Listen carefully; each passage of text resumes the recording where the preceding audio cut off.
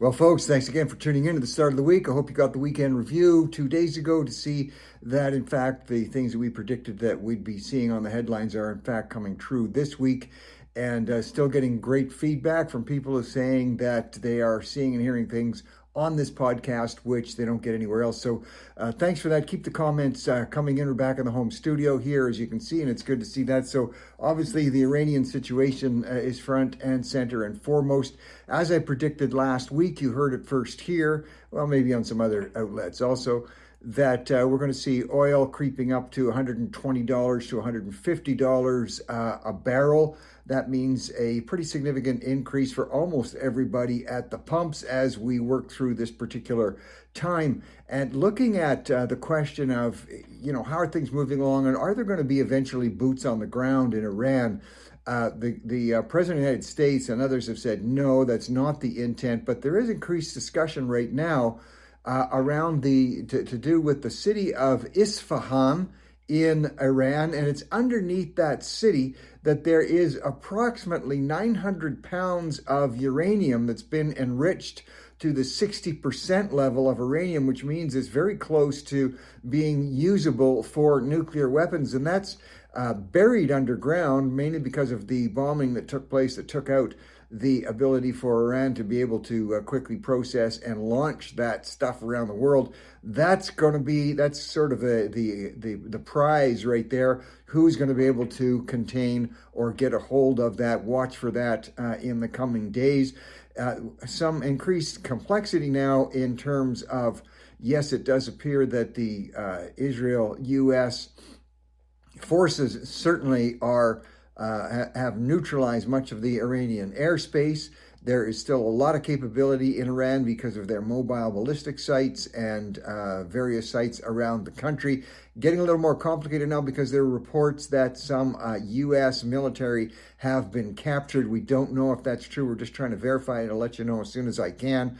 Obviously, if that is true, then that really is going to up the stakes because Americans have zero tolerance for American soldiers being taken hostage. Let's see what happens with that. Those are the reports that we're hearing. Added to the complexity, of course, we know that China and Russia are both major backers and involved with Iran. 2 ships have just been reported leaving China for Iran, 2 Iranian ships, and these are leaving from ports which export highly chemical materials which could be used for chemical weapons. It's going to be interesting to see if those 2 Iranian ships leaving China get stopped. That also will increasingly raise the stakes. Talk about stakes going up in the media in the U.S., very disconcerting to hear Tucker Carlson, who has really just been on an unhinged rage for a couple of years now with some of the strangest theories going. He now is talking about the fact that when the U.S. says they want unconditional surrender in Iran, that means it's almost like giving a green light to U.S. soldiers to do what they want with the women that are in Iran. And Tucker Carlson coming right out and saying this could mean U.S. soldiers feeling they have the right to rape when they go into Iran. This is just horrific stuff. Tucker Carlson hitting new bottoms of absolute dregs of the barrel in terms of the things he's promoting there. Kind of sad to see. And of course, Iran has their new leader in place now, Mashtaba Kahimi, the son of Ayatollah Khamenei. It's a bit confusing because there's a couple of Khomeinis and Khomeinis, but these are the Khomeinis. And people are speculating, wondering about his longevity. How long will he last?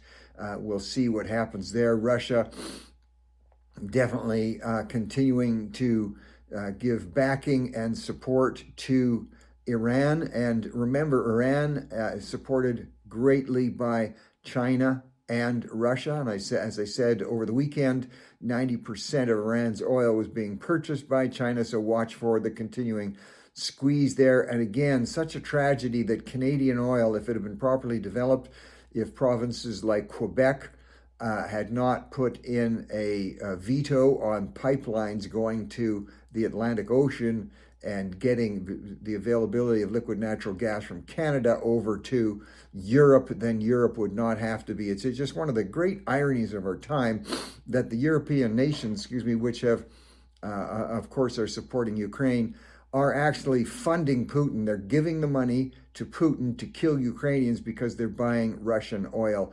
Canadian oil could have been such a factor, Canadian liquid natural gas, such a factor, but ridiculous policy in Canada where politicians are weak-kneed and terrified about left-leaning media and their extreme environmentalism, trying to say that Canadian liquid natural gas and oil would hurt the environment, when in fact, if our products have been able to be shipped around the world, we would see a very different dynamic. We wouldn't see these evil regimes being supported by countries that need oil and gas. And of course, Canada's products are less carbon heavy because of their high refined process and would have led to decreased carbons in the atmosphere if they'd gone to those other countries. Well, talking about Canada, the report's out last week now that under the MAID legislation, and for those of you from outside Canada, MAID is the assisted, we'll call it assisted suicide, is really what it is. Legislation that was brought in Canada in 2016, and it was said at the time it was just going to be in very rare and exceptional cases and only where death is imminent. And of course, it has gone far beyond that now, even to being looked at for people with extreme emotional pain. And we've now hit the 100,000 mark. Canada leads the world in terms of amount of Canadians who have had doctors assist them in dying. 100,000. So you can decide for yourself if that is a good thing. You know, it used to be said the Hippocratic Oath is maybe turned into the Hippocratic Oath, primum non nocere, which actually meant from the Latin, first, no harm. The first job of a doctor is to do no harm. That the Hippocratic Oath apparently is not even taken in Canada anymore and hasn't been for quite some time. That's gone far beyond the boards. So anyway, we're watching Canada continue to lead the world in assisted dying, so-called. Another piece of legislation that's come to light just recently in Canada, this is fascinating. Americans will be able to access the Canadian passport in increasing and significant numbers. And the reason they're going to be able to do that, it's called Bill C-3, was passed in December, and not a lot of people took note of it at the time, but what it does is it allows Americans who can prove that they had some generational contact with Canada past first generation. So if they can go back in their history and show there was some Canadian DNA in their blood past that first generation. Matter of fact, the court ruling in 2023, which led to the legislation just recently, said that it was unconstitutional to say to somebody from outside the country that they could only be limited to one generation if they wanted to get a passport. So watch for Americans now aligning up, and many Americans are saying they want to get out of the U.S., which many Americans in U.S. are saying to their own counterparts who want to leave. Well, good riddance. We'll see where all of that goes. So going to be very interesting to see if there's going to be a great uptake in Americans getting their passport, a Canadian passport also, maybe even moving to Canada. We'll keep an eye on that.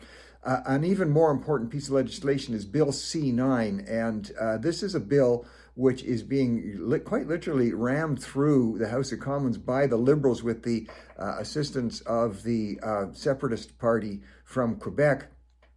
This is a bill which is going to allow the definition of hate speech to be applied broadly to biblical verses, and it will be up to the interpretation of government officials if certain particular biblical verses in fact generate hate.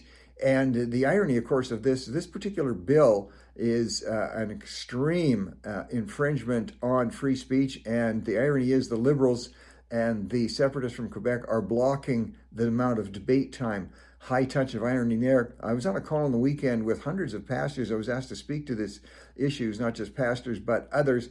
And now is the time for, they are urging Canadians to be calling the members of Parliament and saying, please allow for full debate on Bill C-9. So it's pushing through. That's kind of free speech advocates are seeing it as kind of crazy time on that one. Well, on the pharmaceutical front in Canada, Vimy Pharmacy has announced that they are very close to getting approval from Health Canada to have a generic version of the Ozempic type drug. These particular drugs, as you know, used for significantly for weight loss. And this Vimy Pharmacy, if they get their approval, which they say could happen quite quickly, you're going to see the cost of the Ozempic type drugs dropping considerably. Last year, Canadians spent $35 billion worth. This is Canadians who don't want to have anything to do with the U.S. and they're buying U.S. drugs. But that's a huge industry. The drugs themselves, the weight loss drugs, would be manufactured in Edmonton, producing many jobs there. So again, another example of a couple things where those who are worried that AI is displacing jobs, it is displacing jobs. Is that going to mean a net loss of jobs globally? We don't know yet, because here's a situation now where more jobs are going to be created in a completely different field as the generic process moves forward with Ozempic. In Canada, First Nations, of course, have great amounts of money, which comes to them from the various governments. The Gitlax village in British Columbia is very concerned about their overriding governing body, the Nisga'a Nation, because they say they're not getting the money that they should be getting. $83 million has been given to the Nisga'a Nation for housing-related projects. The Gitlax village is saying there's at least $14 million completely unaccounted for. They want to know where it is. The First Nations groups in Canada have been taking for the last few years a view that they should not be subject to audits, as every other province, every city, every governing body across the country is subject to audits. Folks, in every industry, private, public sector, or whatever, you have to have audits in place. Money that is not audited is money that has a way of being, diverted away. Let's just say it that way. No particular group, no genetic, biological group can claim to be perfect in terms of saying if they're unaudited, the money's still going to be all honestly declared for. The previous government in Canada, the Conservative government under Prime Minister Stephen Harper, brought in actually legislation requiring that all monies, including monies going to First Nations, which is certainly theirs to spend any way they want, but it must be audited. And as soon as Justin Trudeau and the Liberals got in, they took away that provision. No audits going to First Nations groups with billions of dollars. And who is going to be hurt most? First Nations people. So let's see where that goes. The fallout from the Iranian conflict continues to spill over in Canada. Just over the weekend, another synagogue in Canada being shot up and attacked. Violence continuing specifically against Jewish people, not just in Toronto, but across the country. And the heartbreaking irony is the police tend to, at least appear to be, taking somewhat of a standoffish role on violence in the streets and people chanting death. They're chanting death to Jews, they're chanting death to the U.S. Now they're chanting death to Canada. Kind of interesting that the government, the federal Liberals, are wanting to go after people quoting Bible verses, but they're letting other groups go ahead with their death chants. That's going to just continue to cause problems. By the way, you may have seen over the weekend that the New York City mayor, strong Islamist himself, apparently an explosive device was thrown at his house. You know what? Whether you're on the left or the right, we condemn that violence. We quick to condemn the violence of Islamists around Canada and the U.S. We need to also condemn the violence if it's ever perpetrated by extremist groups on the other side of the coin also. Well, there's a trend developing, certainly in Asia, among Gen Z. That's roughly, 19 to 30-year-olds. It can go a little younger than that. But the Gen Z voting bloc is actually literally upturning the voting and governmental patterns in Asia. We've now had a situation in Nepal where a young rapper by the name of Balandra Shah, if you haven't heard of him, with the Gen Z vote has literally overturned elections in Nepal. That's going to lead now to elections for prime minister, and his name is going to be on the ballot as this surge in voting, as Gen Zs seem to be rising up and throwing out the older generation of politicians, and with some good reason, because corruption continues to be a real problem among some of these dictatorial though democratic-looking governments in Asia and other places, not just happening in Nepal, Thailand, their Move Forward Party. We see similar overthrows going on there based on age. And Indonesia, South Korea, and even the Philippines, we're seeing these upstart groups, and they're largely getting their information, the Gen Zs there, ironically, from TikTok and from YouTube. Now, the irony there is TikTok, of course, largely infiltrated by Chinese communist influencers, and no problem with these young rising voters overthrowing governments based on corruption. The problem is this a good thing? Because that particular generation significantly influenced both in what they learn in school and on the internet through culturally Marxist principles, a culturally Marxist worldview. So are you going to get, if you get this young generation which desperately and quite rightly wants more freedom and wants more economic freedom, are they going to be bringing in policies that are more socialistic or continue to be socialistic, which will harm the ability of young people to prosper? And so are they going to be bringing in, sure, they're getting rid of some of the nasty old guys, but are they going to be bringing in the economic and social policies that really do provide upward mobility, or is it going to be bringing in these culturally Marxist socialist economic policies? Time will tell on that one. There's just a report out talking about there's increasing concern, how big is this Iran war going to get? Is it going to get to nuclear war? So there's a list out of the 10 safest countries to be in if there's a nuclear war, or let's say a nuclear winter after a nuclear war. Believe it or not, people are looking at, and people will move. People are so security, safety conscious. They will move to countries where they think it's going to be safer. In the top 10, of those top 10, most of those countries are actually South America, because the scientists that are pointing this out are talking about wind patterns and ocean patterns that might be carrying radioactive material, radioactive dust if there's a radioactive nuclear winter.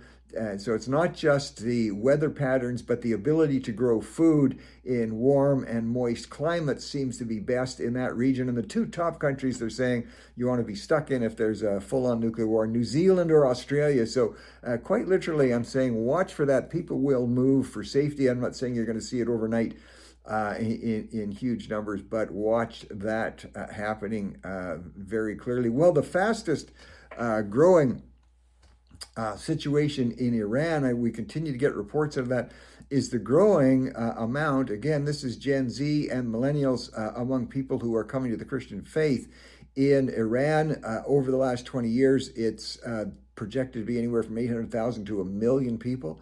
More people have converted to or have come to Christian faith in the last 20 years in Iran than they have in the last 1,300 years. Get a hold of that for a minute and just keep your head a shake on that. Largely, again, because of availability of media, availability of the various streaming networks, extreme growth. South Korea also among Gen Zs, a return to faith. There had been this last generation when there was a drifting away, seems to be some. And in China itself, even with TikTok and Weibo in China, there is an increasing amount of, and this spreads by house meetings, by underground churches. This is being reflected in Singapore and Philippines also. So can these particular movements, people coming to faith, have a moderating influence on some of the wild things that are going on? Thanks for tuning in, folks, and look forward to your comments. Talk to you tomorrow. Bye now.